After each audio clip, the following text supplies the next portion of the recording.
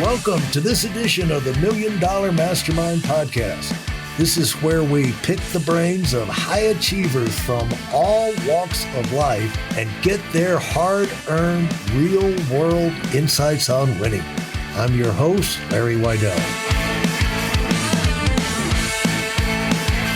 We got a treat this afternoon, especially for me. My longtime friend, Hector LaMarque, is joining us. Hello, Hector. Hi, Larry. It's great to be on. Thanks for having me on. I appreciate it. Yeah, Hector is out in Las Vegas now. He built a huge business starting in California. It's all over the country now. Right. And what you would not know about Hector, one of the most influential leaders with $1 million earners and top entrepreneurs. I not only know that because I know about Hector, but Hector, what you don't know is the secondhand great feedback I hear from people talking who will be on a subject or one thing and another, and they'll reference Hector told me this or Hector, and also in the big hitter call, Right. So the thing is, you've had a much bigger impact around the country than you're aware of, even though I know you have devoted your life to that. And so Appreciate that. It's just great for me to know somebody who cares enough to give back and actually has the credentials to pass on information that actually works.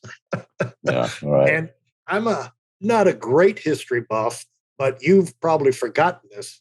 But one of the things I'm proud about the most about a linkage you and I have, along with Andy Young, is when our company, way in the early 90s, went through the transition that seems like all big companies are destined to go through, is where they throw the founder out in the streets and they bring in a whole new regime. It just seems like Apple, Microsoft, eventually that happens. Yeah, that's we true. went through it, and tremendous period of turmoil. And you have probably forgotten, but me, you, and Andy were recognized as the most valuable people to kind of bring the company in at its most traumatic moment. Yeah. And so you probably forgotten all about that, got so many awards, but I'll never forget that. I wanted to make sure everyone knows the pivotal role you've played at a company level rather than just individual or in your hierarchy. So thank you. Congratulations on that. Thank you. And the thing is, Hector, from coming up, you've got all of this experience, but most stories have a starting point. And I know I've looked back over the last 5-10 years and looked back and said, it's taken me this long to realize things I heard, people I met, people who took an interest in me and told me things that really made all the difference in the world. That's really why I wrote the book and Serial Winner. That's why I did do the podcast. It's like, not everybody has access to these kinds of people. I wouldn't have turned out like this had I not had powerful people in my life who told me powerful things. Right. Just steering. You still have to drive. You still have to run the route. You still got to do the work. But if it's a lot easier to do that if you have the questions removed. So how would you say, in your starting point, people, once you're successful, everybody thinks you just had it made from the beginning. Yeah, absolutely. No, the blood and guts that successful people go through and the fears and the questions and this, that, and the other. And so what would you say got you going in this direction? I mean, if you really want to go back, it really started when I was a kid. I grew up about a block away from the city library, and I used to live in that library. I mean, I went there every day, and I had two kinds of friends. I was an athlete in school, and I had those friends that I played sports with, and then I had my nerd friends in the library that I used to hang out. So I started reading, and I've been a voracious reader my entire life. And that I think what happens when you read, so I used to read the sports autobiographies and all kinds of stuff. What I learned very early, is that everybody has challenges. I mean, everybody, even the most successful people in the world that you think that had a privileged life, they've all had challenges on their way to getting where they're at. Most people never see that. Most people haven't seen all the ones that you've had or I've had. And I just learned that you're going to have problems, challenges, whatever coming up. And the winners, people that end up being special, if you will, they have this tenacity, this relentlessness, this ability to just keep going, even though things around them are falling apart. And so I knew I was going to have problems on my way to becoming successful, but I also already had decided that I was going to go through that, learn from it, and get better. And I think a lot of people, when they start having challenges, they think, "Oh, I'm not cut out for this." Maybe they get in the business and Primera especially, and they get some dark houses, or people policies lapse, or people quit on them, and they take that as a sign, I'm not good enough for this. This isn't right for me. And I didn't take it like I thought. I just took it like every time I had a challenge, I said, well, you know what? I got to get better. I've got to improve. I've got to shore up the weaknesses I have and turn them into strengths. That was my thought from the very beginning. So I never thought about, you asked, did you ever think about quitting? No, I never thought about quitting ever, not once. I just knew that it was, over time I could figure it out, and I would follow the people that have succeeded. And I think I've read well over 1,500 books on personal development over the last 40 plus years, from having to do with time management to people skills to sales to emotional intelligence. To, it goes on and on. I've just read a tremendous amount of material that got me thinking like a winner. And that's really the key for everybody on the call. If you want to win, you have to think and act like a winner. And if you don't grow up in a successful family, then you have to go find that information somewhere. And for me, it was a library in the beginning. Then later, now with the internet, my God, there's so much information and tools for you to become successful. The only way that you won't be successful today is if you're just lazy. You don't access it. You don't take advantage of it. You don't study it. You don't then implement it. So that was the beginning for me, was really when I was a kid. As a kid, the last thing in my mind was the library. And so there had to be something that triggered you to make you aware that this world of information was even in there. Yeah. Well, I don't know. I don't know what it was. I don't remember. I just knew I liked reading and I liked being in that place. It was quiet. Honestly, I've always been a very shy, introverted kind of a person. So the library was a perfect place for me because it's quiet and people didn't bug you, and I could read. I could get lost in the books I was reading and improve my imagination and my thought process and all that. And so I just liked being there. I liked the way it felt being in a quiet place, reading and studying and learning stuff. So there was nobody that pushed me towards that. My parents didn't do that, that's for sure. And my brothers and sisters didn't either. I don't know how Art used to say, I don't know why I am like I am, but my butt's always burning. Remember that statement? Yeah. That's kind of how I've always been. I don't know why I'm like this, but I'm like this. And I'm grateful for being like this, where I just always thought about being great at something. I was a good student. I was a good athlete. I wouldn't consider me great at either one of those things or great at anything. I made a decision, a conscious decision, that I wasn't going to be good at it. I was going to be great at it. I was going to study everything I had to study in order to be great at it. And that's exactly what I did. And most people never do that. They never make that decision. They never do the work. They don't study.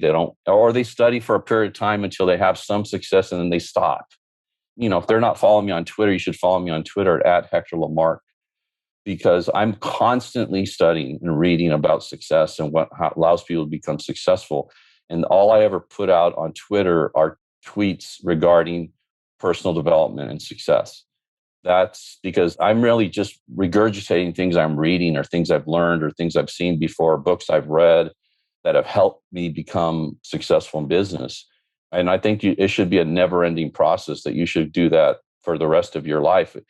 And the other thing is that if you don't learn the things that allow you to be successful, how can you teach those things to the people in your team that are in your business? How you can't teach what you don't know.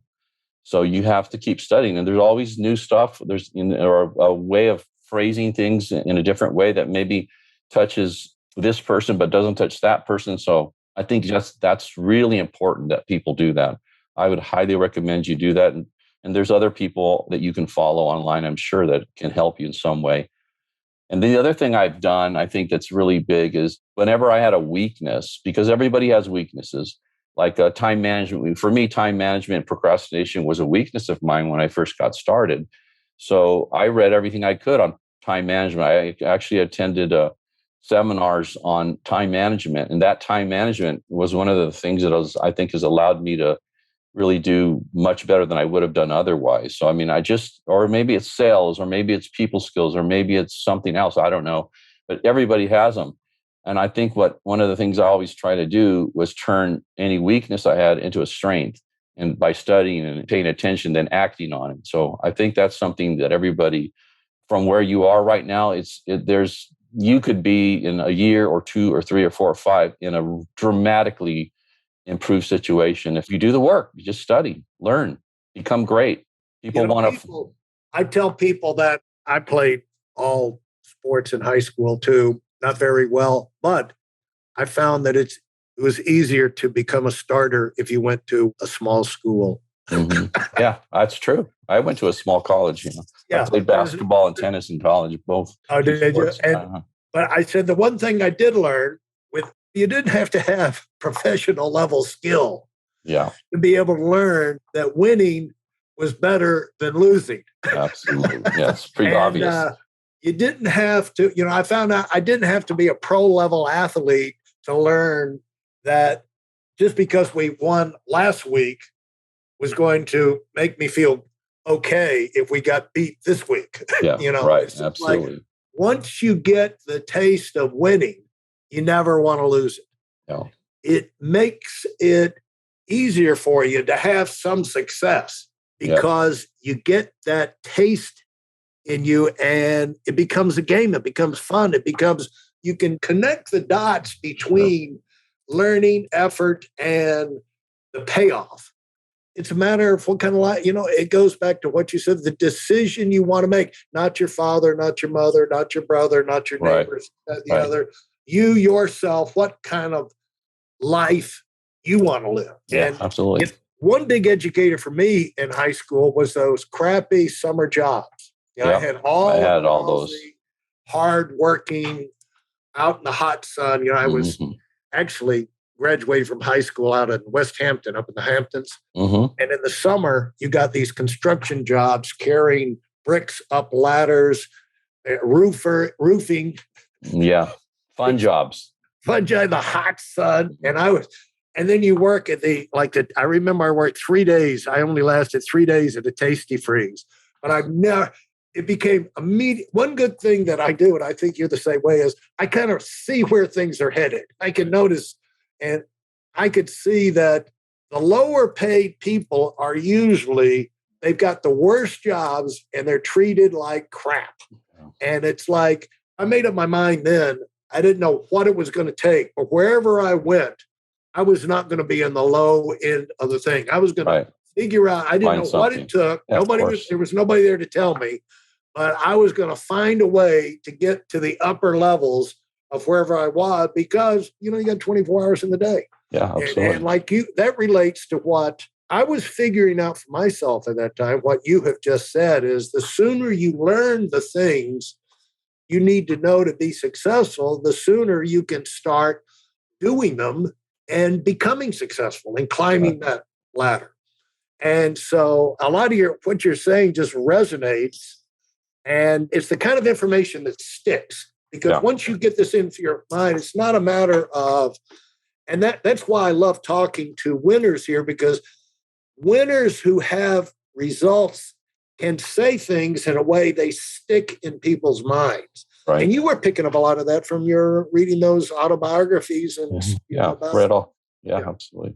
And in order for you to start winning, you have to improve your skills and improve your knowledge. I think one of the things, I have a saying that money follows greatness. I say this all the time, tell people all the time. One of the big mistakes I see is they're chasing dollars. And what they should be chasing is being absolutely great at what they do. If you think of every single thing that people do in life, whether it's sports or business or acting or whatever, the greats make big money because money follows greatness. It just does. And so instead of chasing dollars, chase being great at what you do, great at sales, great at prospecting, great at selling, great at presenting, great at training people, great at all the things that you need to be great at getting referrals, great at being able to sell the features and benefits of your product and services and your opportunity. It's just being great. When you become great, not only money follows you, but people follow you. People want to follow you. People want to be associated with you. So if you're struggling with that, where you're losing people, or you're not making the kind of money, your base shop's not growing like it should be, you have a problem where your skills and knowledge aren't up to snuff to allow you to be great or to have success at your business. So you should be thinking about talking to people and thinking about sharing what you're doing with everywhere you are, everywhere you go, everyone you meet, get referrals, just get relentless about prospecting. That's what I was in the beginning of my business. And for years, I was relentless about prospecting. I was always, always looking for people, like-minded people, motivated people. It's not that complicated. I think people overcomplicate it. I'm a professional salesperson. I listen to Tom Hopkins, How to Master the Art of Selling Anything audio program, 2 hours to 3 hours a day, at least 5 days a week for 3 straight years. That's all I listen to in my car to and from work. And I got to become a professional salesperson. And then what I've done is I've taught people how to be professional salespeople. You want to lock people in, teach them how to be professional salespeople, teach them how to make money, and you lock them in. That's the only way to lock them in. And you can't grow if you're having as many people leaving as coming. You can't experience growth. You have growth because you have more people staying than are leaving. And the only way they stay is if they make money. Bottom line. And people are a lot of time, I got a lot of gruff about that as building my business because I talk about this, but I don't understand why anybody has a problem with being a professional salespeople. Everything about our business is selling, from prospecting to setting appointments to presenting to everything is selling. So why wouldn't you, if you were everything about your business was about selling, why would you not become a professional salesperson? It never made sense to me how people poo-poo that or think that's the wrong way to go. It's absolutely not. Thanks so much, Hector. Can't wait to get into our next phase where we're going to talk about really everything is selling.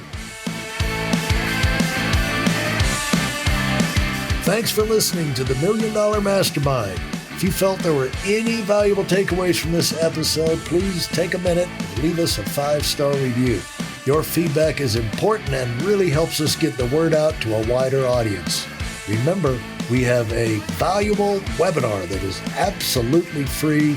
Register for it right now at whitealumwinning.com. Thanks for listening.